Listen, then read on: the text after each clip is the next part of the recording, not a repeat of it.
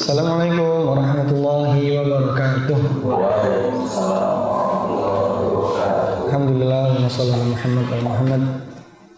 Lo pernah nggak ngerasain bangun pagi apa siang nggak tahu, pokoknya bangun tiba-tiba itu bingung mau ngapain, udah lama kerja sana sini masih nggak diterima. Lo nggak sendiri kalau lo pernah ngerasain kayak gitu. Jadi data yang terbaru 8,8 juta penduduk Indonesia itu pengangguran. Banyak banget ya. Gue lihat data penduduk di Provinsi Lampung itu 9 juta. Artinya seluruh penduduk Lampung. Iya, 9 juta sekian ya. Ini 8,8 juta. Kira-kira apa ya penyebab nganggur ini? Terus salah siapa? Terus kita kudu gimana ini? Salah sendiri. Salah sendiri.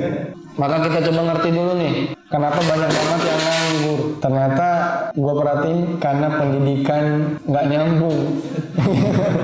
Dia belajar apa ikut-ikutan? Jadi sekedar lulus tapi nggak ada isinya gitu ya. Benar banget. Nggak ya, tapi ya semua sih ya. Ya semua. Ya. Karena gue pernah baca ya, ternyata kuliah itu bukan untuk dapat kerjaan. Coba betul ya. Kalau Nambah ilmu satu ya kan. Yang kedua untuk menciptakan lapangan kerja atau minimal untuk dirinya sendiri lah ya. Nah, ternyata itu sebenarnya.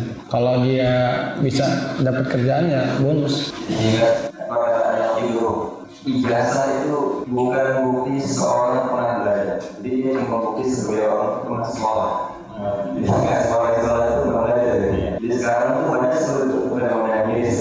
Akhirnya ketika lulus ya skillnya ada gitu ya. Sebenarnya kalau sudah belajar, sudah sekolah tapi nggak belajar. Miris banget ya. Terus juga dia ada informasi kerjanya masalah gaji gitu, lebih gede dari itu, ya dia lebih baik lagi gitu. Berarti ada prinsip itu. Masalah itu kalau kita terus pindah itu kayaknya lebih gede, itu lebih gede terus. Jadi ingat ada kisah fiksi saya pernah baca nih. Jadi tentang itu yang pilih-pilih. Jadi ada seorang yang diizinkan untuk melewati sebuah taman. Jadi di taman itu ada banyak bunga. Kemudian dia harus melewati taman itu dan dia milih cari satu bunga yang terbaik. Ketika dia sudah melewati satu tempat, bunga dia ini bagus. Dan pas dari ke depan ada yang lebih bagus, akhirnya dia maju lagi. Begitu terus maju dan bagus, kemudian nggak jadi, akhirnya dia maju lagi sampai akhirnya di ujung taman dia ngeliat ternyata yang di ujung itu nggak lebih baik daripada yang di belakang. Akhirnya dia pada taman dan nggak dapat sama sekali. Mungkin seperti itu Pak. Jadi milih pekerjaan sampai nggak tahu, akhirnya terlalu lama menganggur gitu ya. Padahal kan saya apa yang ada di depan kesempatan, kalau kita bisa manfaatkan, insya Allah kita akan bisa meningkat kalau kita bisa fokus. Yang kedua kalau kita nggak ambil kesempatan itu, nggak meningkatkan potensi kita, ya hanya jadi nganggur. Memang gua rasa memang orang-orang tuh banyak yang terburu-buru ya. Rasanya pengen instan, pengen cepat sukses.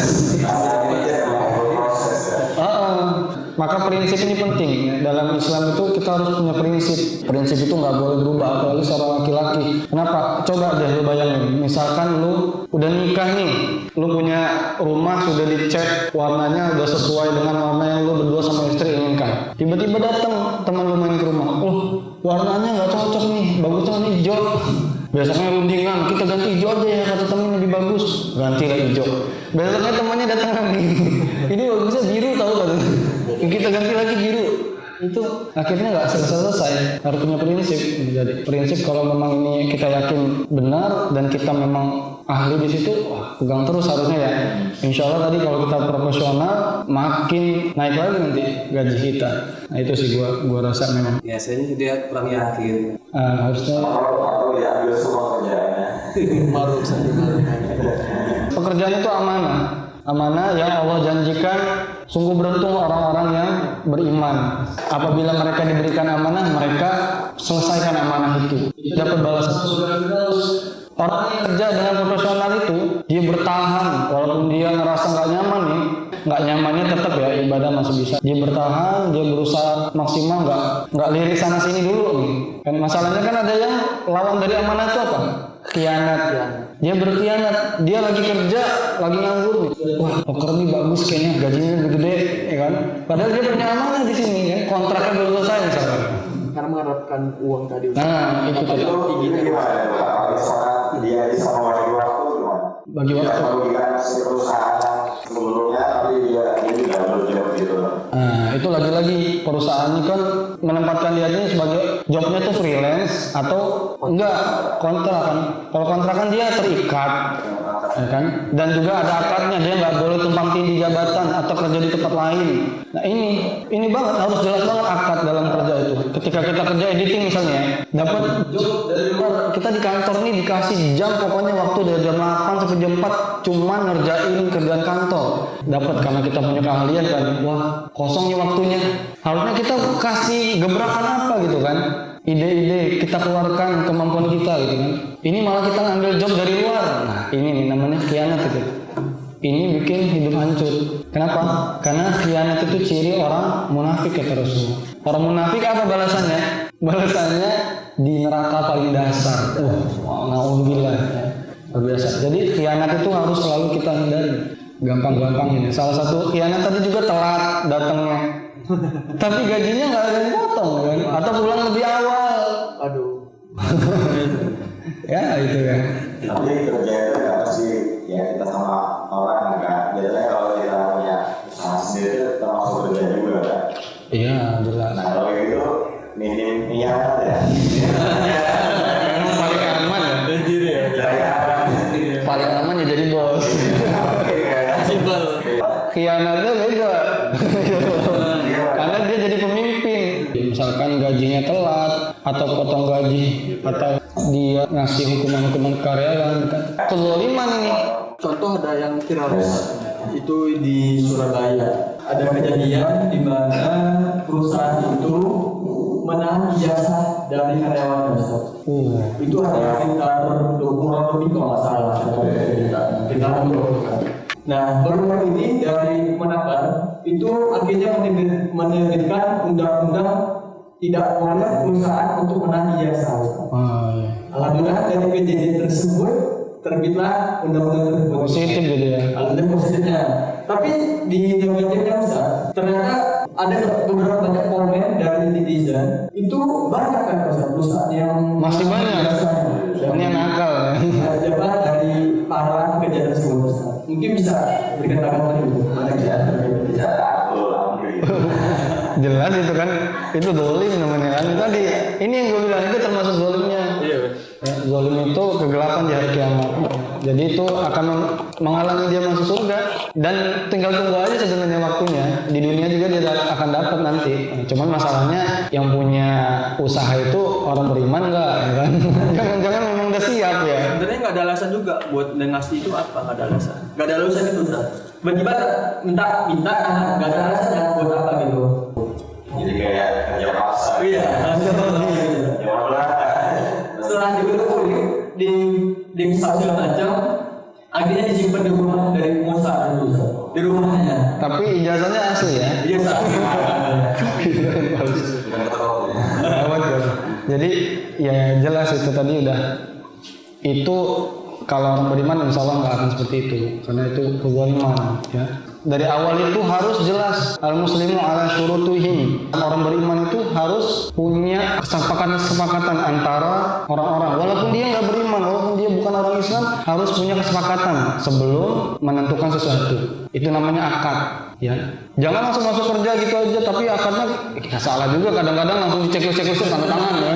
Itu tuh salahnya. Tapi kita insya Allah harus baca benar. Salah satunya tadi kan. Sekarang negara-negara kita negara hukum kan jelas bisa itu dituntut. Ya harus ada kesepakatan. Ketika maksudnya sholat harus sholat. Iya, makanya itu juga kezaliman sebenarnya. Gue bilang itu tadi berat ya. Bosnya kalau apalagi menghalang-halang ya. Ya emang ada Ustaz. Teman saya dia pernah ada dia kerja yang punya perusahaan itu orang non muslim. Jadi dia itu kalau wajib rayain sholat gitu Ya. nggak dibolehin. Di Indonesia itu mayoritas Islam. Itu Jadi tahu dari dia. jadi ya terus itu bingung kalau misalkan dia keluar dari situ dia nganggur gitu kan. Tapi kalau misalkan dia terus mah kok gitu peraturan kerja kayak gitu itu. Apalagi dia kan orang-orang ya hijrah juga gitu. Ah itu ya. Berarti dia yakin harus yakin ya imannya baru iya dia nggak yakin itu. Ada ayat ya.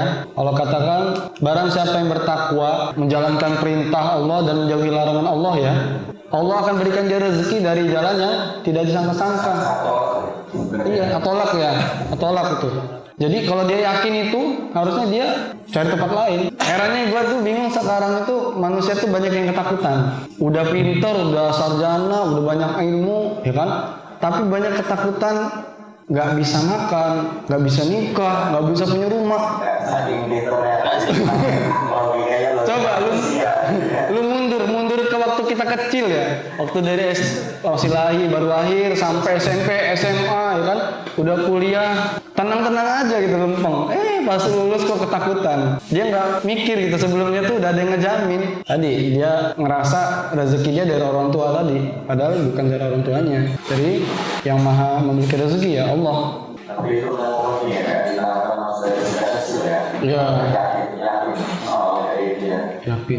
Ada juga tapi masalah sekarang itu orang yang misah-misahin. Dia ngerasa kalau dunia aja gitu, akhirat aja. Misalkan berharap bisa jadi orang kaya, misalkan dengan cara dia terus baca Quran di masjid, berzikir, datengin kajian. Bener nggak kayak gitu? Jadi ustaz. Jadi ustaz ya. Jadi ustaz terus jadi dunia enggak apa-apa. Jadi ustaz nggak boleh punya ilmu dunia. Ustaz nggak boleh punya ilmu dunia. Nah, ustaz jadi harus di masjid saja. Enggak juga. Jadi salah itu. Ini bahkan di zaman Umar bin Khattab ya. Ya, pemimpin orang beriman kedua ya. Setelah Rasulullah wafat kan ada Abu Bakar, ada Umar. Itu Umar melihat ada orang lagi di masjid jam 9 ke atas masih di masjid pagi ya. Sama Umar langsung dideketin mau dicambuk. Keluar, cari rezeki, kerja. Jadi dilarang itu ternyata. Kenapa? Karena Islam itu konsepnya kita harus bersungguh-sungguh dalam akhirat wa bataghi fima ataqallah darul akhirah. Bersungguh-sungguhlah kamu mencari akhirat. Sholat yang nggak boleh ditawar. Waktunya azan langsung kita datangin tempat suara azannya. Kalau perempuan sholatlah di rumahnya lebih baik itu. Dunianya kita sampingkan, nggak boleh ini ditinggalkan. Jangan dibalik. Kalau kita pisah itu namanya sekulerisme. Dunia terus nggak pernah akhirat terus nggak pernah dunia. Itu salah. Seimbang itu tapi nggak sama. Nggak bisa seimbang. Harus berat akhirat. Ya dunia itu kayak bayangan ya kan. Kalau kita kejar ya nggak akan dapat. Tapi kalau kita tinggalin, nggak ngejar. Tapi tinggalin ini jangan sampai kita pisah sama bayangan kita. Mati dong. Ya kan? Ya harus terus bareng-bareng. Tapi di belakang. Ini nih. Masalahnya ada orang yang dibalik tadi. Kerja terus nggak kaya-kaya. Mati masuk neraka gini. Ini yang punya neraka kayaknya. Ternyata ada orang jualan gerobak di belakang itu tulisannya lagi asik-asik kerja dunia atau meninggal. Bahasa kita jangan lupa ngaji. Keren kan? Tukang apa ini? Tukang jualan kayak somai banget. Tukang somai. Konsep yang harus kita pegang. Jadi kita harus sungguh-sungguh di akhirat, dunia dan dilupakan. Itu kuncinya. Insya Allah nggak akan nganggur. Iya. Asal ada niat berusaha. Iya. Cuman paham dulu. Ya, kerja itu nggak harus sama orang, ya kan? Yang pertama kita ini semua pegawai. Di sini mungkin bos aja, tapi sebenarnya dia pegawai juga. Ada yang tahu nggak pegawainya siapa? Pegawainya Allah kita ini. Jadi semuanya pegawainya Allah, kita ini lagi pegang tugas masing-masing. Dan kita akan dapat gaji nanti di akhirat. Kalau kita paham itu, kita pasti akan pegang SOP kita. Ada di mana? Ada di Al-Quran, ada di hadis. Cuman masalahnya masih banyak yang ngerasa dia ini nganggur aja. Sampai dia nggak mau ngikutin bos tadi, bos yang nyiptain dia. Tahu nggak? Sebenarnya kita tuh sudah buat janji dulu sama bos kita, Allah. Sebelum kita ini ada di dunia, itu di dalam surah Al-A'raf, Allah tuh sudah berdialog dengan kita. Apa dialognya? Kata Allah itu, alastu bi rabbikum, apakah aku ini adalah Tuhan kalian? Qalu bala. Mereka menjawab, tentu. Syahidna, kami menyaksikan kamu itu Tuhan kami yang menciptakan kami. Setelah itu barulah Allah tiup ruh ke dalam tubuh janin itu. Cuman masalahnya pas lahir ngikutin orang tuanya memang. Maka ini tadi Kalau misalkan pas lahir di orang tua yang Islam itu. Karena sebenarnya Islam ini kan pilihan sebenarnya. Jangan sampai jadi bawaan lahir. Yang masih bawaan lahir ya buru-buru lah belajar ya. Masih merasa Islamnya Islam KTP. Ya itu. Jadi kalau dia paham, maka dia akan belajar. Jadi kalau kalian nggak mau nganggur, yang pertama itu salah satunya satu, kita harus kerja dengan benar sama bos utama kita, siapa tadi? Allah. Nggak pernah ninggalin sholatnya. Kan berusaha ya belajarlah ilmu dasar ya, kayak baca Quran. Dia kan laki lagi, belajarlah baca Quran. Jadi di sini kita ngaji nanti jam 5 belajar baca Quran. Yang kedua itu apa? Kita harus kumpul sama teman-teman ya, circle yang baik gini. Pokoknya nganggur-nganggur yuk lah, merapat ya. Gue inget ada kisah seorang pemuda. Mungkin buat masyarakat Indonesia tuh harusnya sering dengar kisah ini karena dibaca terus di malam Jumat di surat Yasin. Itu namanya Habib An-Najjar, seorang pemuda nih. Ini rojul, ingat ya, ini pemuda nih. Kenapa gue bawain kisah ini? Karena ini seorang pemuda. Ya, dia berkata kepada kaumnya yang di situ, kaumnya itu udah nolak 3 rasul yang mendakwahi mereka. Bayangin, nggak ada negeri pada saat itu ya, Nabi Ibrahim sampai Nabi Muhammad itu nggak ada satu kampung atau satu kaum itu yang didakwahi sampai 3 rasul. Ini cuma di kisah ini ada. Rasul ketiga datang masih nggak mempan penduduk ini. Datanglah pemuda orang biasa ini. Pemuda, makanya ini penting nih. Buat yang nganggur-nganggur tahu ini. Pemuda ini namanya Habib An-Najjar. Dia pemuda tapi dia nggak nganggur. Ngapain dia? Jadi dia berusaha dengan energi yang dia punya. Dia jadi tukang kayu. Dia cari kayu di hutan. Jadi dia punya usaha mebel ya mungkin sekarang ya. Furniture. Akhirnya dia dengar tuh ada seorang rasul. Ya dia cari tahu dan dia beriman sama rasul-rasul itu. Tapi dia ini sudah lama gatal ya. Namanya pemuda itu suka terobosan. Akhirnya dia ketika punya waktu dia datang ke kaumnya itu lagi kumpul di lapangan. Kalau di zaman Romawi itu apa ya? Kayak gladiator gitu. Apa tadi? Iya gitu. Dia naik ke atas panggung itu, semua orang lagi ada, dia sampaikan. Katanya, wahai kaumku, ikutilah utusan-utusan ini. Sungguhnya mereka ini orang-orang yang dapat petunjuk. Disampaikan dengan bahasa dia, bahasa anak muda. Ternyata mereka mendengar. Bayangin, 3 rasul itu nggak mempan. Pemuda ini ngomong dengan bahasa gaulnya, bahasa santainya, beriman banyak orang pada saat itu. Luar biasa. Sampai akhirnya ketika dia keluar kerajaan pada saat itu kesel, akhirnya dia disiksa sampai dadanya tuh hancur. Pas sakaratul maut, ya, ternyata di ayat itu, ayat terakhir itu dia bilang, dia nyampein seandainya mereka itu tahu kalau nikmat nih dapat hidayah itu, masya Allah, itu luar biasa. Cuman yang perlu gue garis bawain di sini, pemuda itu ketika dia bekerja keras, dia Allah berikan hidayah tadi kan. Kemudian dia harus ikutan dalam circle positif sehingga dia nanti jadi orang yang bisa berikan perubahan tadi ya. Cuman lagi-lagi pemuda itu gue perhatiin hobinya mager. Itu memang Penyakit ya. mager sama. Pengennya rebahan aja. Tapi dapat duit. Ujung-ujungnya judol. Ini Pinjol juga. judul pinjol. 2 combo aplikasi. Mager itu kira-kira bisa merubah keadaan nggak? Nggak bisa. bisa buat rumah aman ya. Bisa buat apa? Rumah aman mager. Iya. Bisa buat pager. Mager itu ya malas gerak gitu ya. Pokoknya rasanya pengen rebahan aja, scroll terus tahu-tahu udah jam 5 makan tidur. Pemuda itu harus terus bergerak. Dalam misal ya laki-laki itu rijal. Ternyata rijal itu orang yang suka jalan. Kalau dia mager berarti dia laki-laki bukan? Kira-kira masuk nggak tuh laki-laki? Males jalan. Jadi nggak boleh mager itu. Kalau ngikutin buku petunjuk kita ya, kita harus bergerak terus. Bergerak menuju arah yang lebih baik. Pertama itu kita harus cari minat kita dulu, kita kuasai dengan baik. Satu lagi prinsip yang harus kita pegang biar kita nggak jadi orang yang nganggur, kita harus Kata Allah, percaya dengan apa yang Allah sampaikan. Allah bilang apa? Innallaha la yughayyiru ma biqaumin hatta yughayyiru ma bi anfusihim. Di surah Ar-Ra'd. Sungguhnya Allah itu tidak mengubah keadaan suatu kaum, mau dia anak konglomerat, mau dia punya bakat ya, mau dia punya energi yang banyak ya, badannya serek, Allah nggak akan mengubah dia nggak akan dapat kerja, dia nggak akan dapat kesuksesan kalau dia nggak bergerak tadi, nggak mengubah dirinya sendiri gitu. Maka kita harus lihat diri kita nih, kita udah berusaha belum, itu kuncinya. Jadi kita harus memotivasi diri sendiri. Kemarin salah satu ciri orang yang baperan itu dia selalu minta dorongan. Wih, motivasi gue dong biar gue semangat kerja. Gue ditolak-tolak terus nih di perusahaan, coba sih kasih gue semangat. Orang tua. Ada orang tua. Bener, itu salah satunya. Kalau lu orang tua lu kayaknya dari dulu emang udah ada bisnis ya, bisnis. Terus sebenarnya dia tinggal nerima warisan aja udah kelar. Sebenarnya ya mungkin. Iya.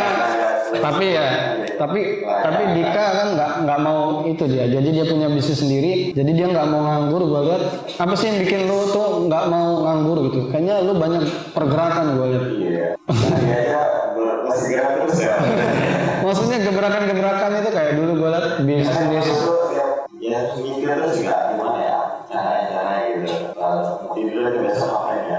Oh, Masya Allah, ini nih Punya plan terus berarti ya. planningnya. Habis usaha jalan nanti pengen berusaha lagi ya gitu. Jadi dia mempersiapkan waktu yang esok ya.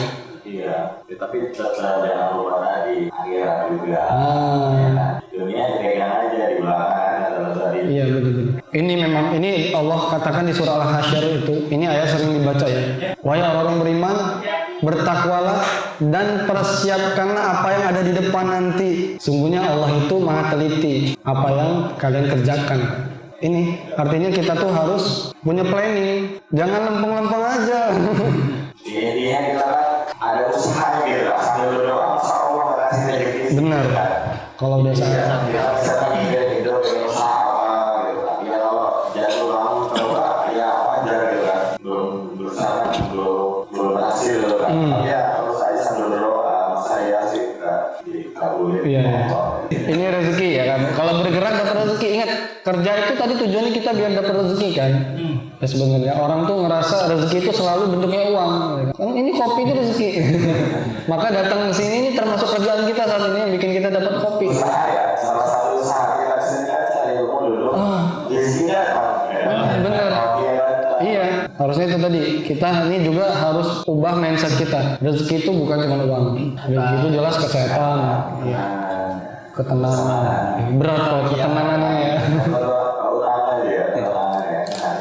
Yang paling utama itu, walaupun realistis juga nih kata saya kemarin, idealis atau realistis? Bisa sama kalau ketika kita lagi misalnya lagi lagi nggak punya uang atau tipsnya. Kita tapi tetap tenang, nah itu yang dicari terus ketenangan, nikmat iman tadi ya, nikmat iman Islam tadi ya. Ketenangan itu sebenarnya salah satu pintu utama ya dapat jalan keluar. Ada kisah fiksi, nggak tahu ini fiksi atau nyata. Novel apa ya? Ada seorang yang dia itu terjebak di dalam lubang gali, jadi kayak ngambang juga di dalam kan. Nah di dalam lubang apa ada tiba-tiba pintu dia masuk itu longsor, ketimbulah dia di dalam kan. Tapi masih ada ruangan, maksudnya nggak mati, dia masih terjebak di dalam. Ada beberapa orang di situ. Ada yang panik sudah, udah teriak-teriak lama, gimana? Ada banyak tapi satu orang yang dia tenang dulu. Gimana kita mau tenang ini keluar gimana? Sudah terjebak ini, kita akan mati di sini gitu. Nah, tapi satu orang tenang dulu, terusnya dia tenang. Setelah itu dia kayak gini ya, kayak ngerasain, kayak ada angin gitu. Kayak avatar ya. Kayak tenang dari angin. Oh, ini daerah sebelahnya seperti dia kalau ada kesini. Akhirnya sampai setelah dia berjuang sekian lama ketemu jalan keluarnya. Dan memang itu tadi yang pertama tenang. Kalau mereka nggak ada yang tenang, gimana? Akhirnya malah bisa jadi mati semua ya. Jadi ketenangan itu salah satu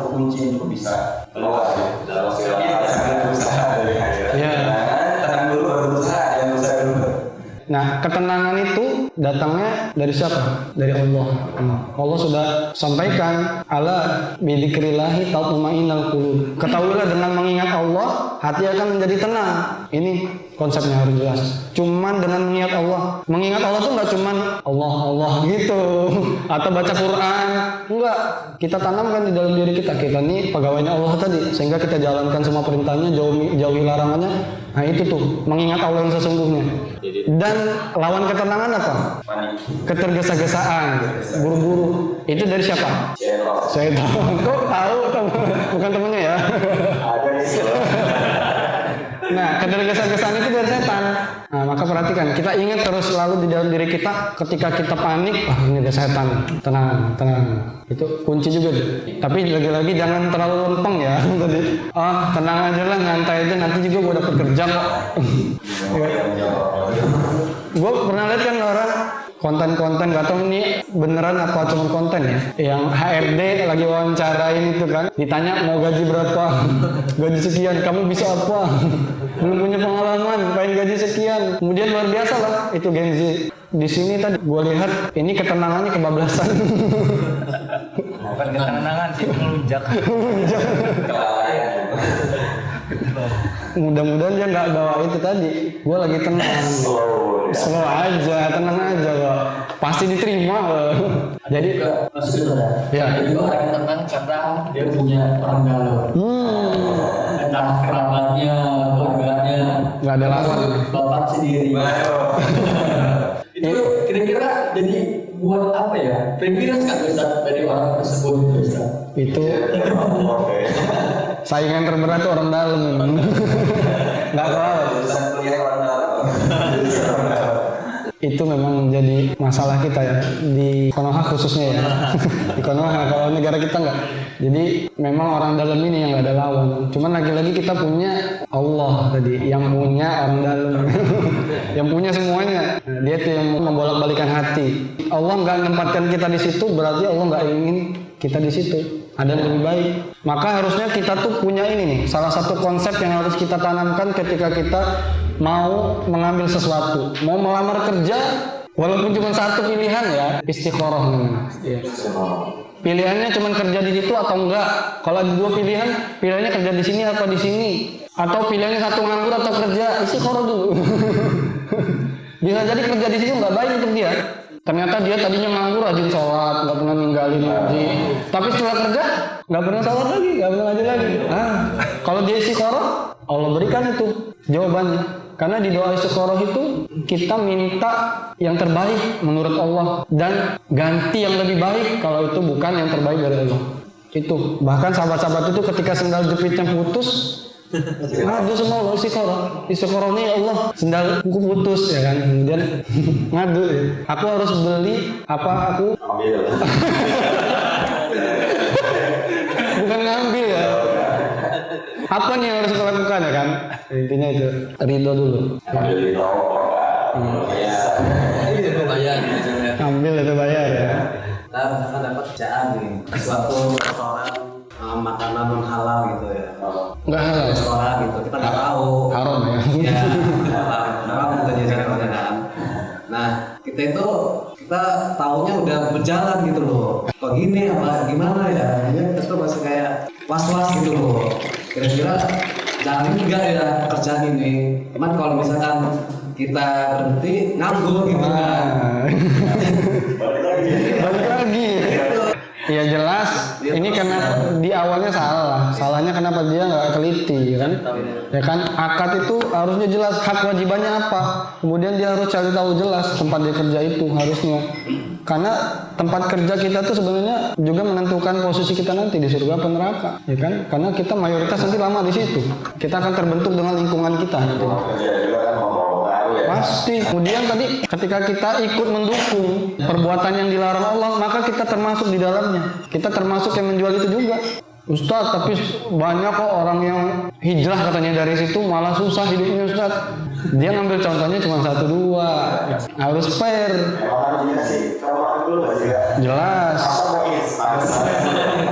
Jadi kita terus fair apa-apa tuh. Kita buat perbandingan. Orang yang meninggalkan yang haram itu Jelas Allah berikan yang lebih baik. Itu kata Rasulullah SAW, man taraka syai'an lillah abadallahu khairan min. Barang siapa yang meninggalkan sesuatu karena Allah, Allah akan ganti dia dengan yang lebih baik dari itu. Jelas itu. Ini kisah singkat, ada pemuda yang dia ini orang miskin, kemudian dia belajar sama gurunya. Setiap hari gurunya ini puasa Daud. Suatu hari dia kelaparan, dia kabur dari majelis gurunya, circle tempat kajian itu ya. Kabur, kemudian dia mau makan diam-diam di tempat tetangga, ya kan? Dia manjat genteng tetangganya, dia lihat ada panci, di dalamnya ada terong. Pernah dengar ya? Dimakan lah dia. Baru makan ingat dia, ini haram. Dijatuhin sama dia. Dia balik lagi, tiba-tiba gurunya udah sama seorang perempuan. Katanya, kamu mau nikah? Saya, siapa yang mau sama saya? Katanya, pengangguran. Ini ada yang mau katanya. Langsung pada saat itu nikah. Ternyata ketika pulang, dibawa istrinya ke rumah yang tadi dia ambil. Istrinya kaget, ini siapa yang ngambil terong saya tadi, saya sudah siapkan untuk suami saya. Ternyata Masya Allah, aku tinggalkan terong ini ya, panci ini Allah berikan yang punya pancinya, yang rumahnya, semuanya dikasih sama Allah. Ini kisah nyata. Ya, tadi yakin nggak, ya kan? Meninggalkan sesuatu karena Allah. Berarti harus tinggalin ya Ustaz. Tinggalin. Kalau menganggur nggak apa ya, cari yang yakin. Yang usaha. Yakin. Kalau itu memang benar-benar haram, yakin. Iya. Cuman ya dengan cara yang baik lah ya. Datang baik-baik, keluar baik-baik. Ya. Dengan adab. Ya jangan langsung wah ini tempat kerja yang haram, ini semua masuk neraka ini. Ada tetap Islam itu mengajarkan adab yang utama. Adab di atas ilmu. Mungkin terkait dengan pemuda-pemuda ini, karena sekarang itu zamannya semua serba instan. Ya, kita mau makan tinggal klik-klik, mau belanja tinggal klik-klik, pokoknya semuanya serba instan. Bikin mager ya? Nah, itu tadi. Karena serba instan itu akhirnya membuat pola pikir jadi pragmatis. Kalau sudah pragmatis itu, ya kayak tadi kita kerja pilih-pilih karena pengennya itu langsung yang enak, yang nyantai, gede-gede. Apalagi itu tentang pengalaman. Makanya orang itu harus bertahap. Jadi pragmatis ini berbahaya kalau dia nggak paham tentang arti proses. Tapi sebenarnya kalau orang yang sudah paham proses, pragmatis bisa jadi bagus. Memicu dirinya tuh cari jalan yang efektif, yang paling cepat biar dapat hasil yang banyak gitu. Tapi kalau dia nggak ngerti itu, ya akhirnya itu tadi banyak nganggur gitu. Karena terlalu pragmatis gitu. Padahal proses itu sangat penting, bahkan semua dalam Islam itu ada prosesnya, kayak langit dan bumi diciptakan dalam Allah jelaskan semua. Semuanya kenapa kok nggak langsung Allah ciptakan supaya menjadi satu gitu? Termasuk Al-Quran Allah turunkan Bertahap ya. 23 tahun. Kenapa kok nggak langsung jadi kitab langsung gitu? Bisa, tapi Allah nggak melakukan itu karena pengen memberikan pelajaran gitu kan. Iya. Buat yang masih belum memang ya itu semua harus ada prosesnya. Bahkan saya pernah dapat pesan dari alumni, saya kuliah dari alumni itu kalau kamu pengen kerja itu jangan langsung kayak kita apply ke perusahaan besar tuh langsung apply. Jadi kan banyak BUMN kayak Pertamina dan sebagainya. Teman saya kerja di Pertamina, dia sebelum dia diterima sekarang, Mas kan udah diterima. Dia tuh apa sih kalau kita masuk tapi tanpa digaji? Itu program magang dulu. Itu harus dia magang dulu 2 bulan, kemudian lanjut lagi tambah. Bahkan sampai terakhir saya tanya sama beliau sampai setahun lebih beliau magang. Jadi magang itu kan gajinya mungkin ada tapi sedikit gitu. Dan kadang orang gengsi, apa sih magang saya kan langsung kerja. Padahal kalau kita pengen dapat skill ya awalnya kalau ada pengalaman ya. Kalau ada pengalaman harus ada magang dulu dari yang memang kita effort kita lebih besar daripada penghasilan. Harus begitu dulu kan kalau kita mau kerja. Dan ini pengalaman dan pemikiran itu effort besar gaji kecil itu nggak didapat oleh orang-orang yang pragmatis tadi. Dia berpikirnya instan. Harus berproses dulu. Banyak makan mie instan ya. Serba Instan aja nggak instan. Bener. Jelas. Ya. Ini ya pentingnya kerja cerdas ya, kerja cerdas. Memang benar banget. Ini kalau dalam Islam Allah itu sebutkan Rasulullah SAW tuh mengatakan sungguhnya Allah itu mencintai seorang hamba ya. Kita semua hamba nih. Yang ketika melakukan sesuatu, misalkan dia kerja nih, dia punya keahlian, dia tuh profesional dalam hal tersebut. Artinya dia nih tahu prosesnya, dia bener-bener dalemin, kuasain, kemudian dia ikuti langkah-langkahnya. Kayak tutorial tuh nggak langsung dari 1-10 dia nonton 1-10 aja. Pengen buru-buru bisa ya kan? Gua pengen langsung tahu yang ujungnya aja. Harus ikutin bener tuh. Ya, kalau di perusahaan ada jenjang karir kan. Jenjang karir. Itu kan Misalnya ketika dia di atas, tahu posisi di bawahnya gimana, gitu. kecuali kan Jadi bos, nggak tahu dibohongin sama orangnya. ya kecuali ya di ini ya apa masih belum punya pengalaman tiba-tiba jadi presiden. Jangan bahas-bahas. Contohnya ada kan gitu. Bingung gitu. Prosesnya nggak ada. Berat Itu di Konoha ada kayak gitu. Ya Masya Allah penting banget. Senang bahas-bahas. Tapi seru. Itu perlu digarisbawahi itu soalnya ada. Lagi 2 jam lagi bisa gitu. Karena kita punya orang dalam, bukan orang lagi malah yang punya orang ya Allah tadi. Lagi-lagi, tapi kalau kita sudah profesional, kita sudah memang punya kemampuan di situ, tenang aja. Allah lompatin karir kita, ya kan? Apa janji Allah? Wahai orang beriman, jika kamu menolong agama Allah, Allah akan tolong kamu dan teguhkan kedudukanmu. Nah ini nih salah satu kunci kalau mau jadi orang sukses. Coba yuk ambil peran dalam menolong agama Allah ini. Kemarin gue bilang yang bisa megang kamera dengan kameranya, yang bisa ngedit video dengan editannya, ya kan? Dengan lisannya, dengan iya. Sekarang lagi makin sih kan jadi atau apa media sosial ya bapak-bapak slow living lah. Santai tapi uang ada tapi hidup.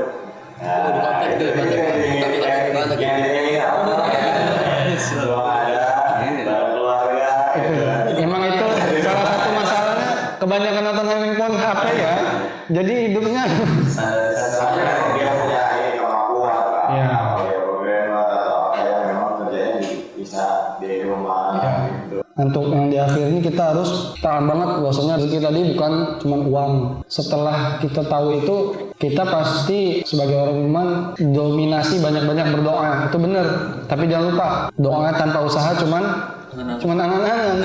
Sungguhnya Allah tuh nggak akan mengubah suatu kaum kalau kaum itu tidak mengubah dirinya sendiri. Maka kita janganlah jadi bagian dari 8,8 juta orang tadi.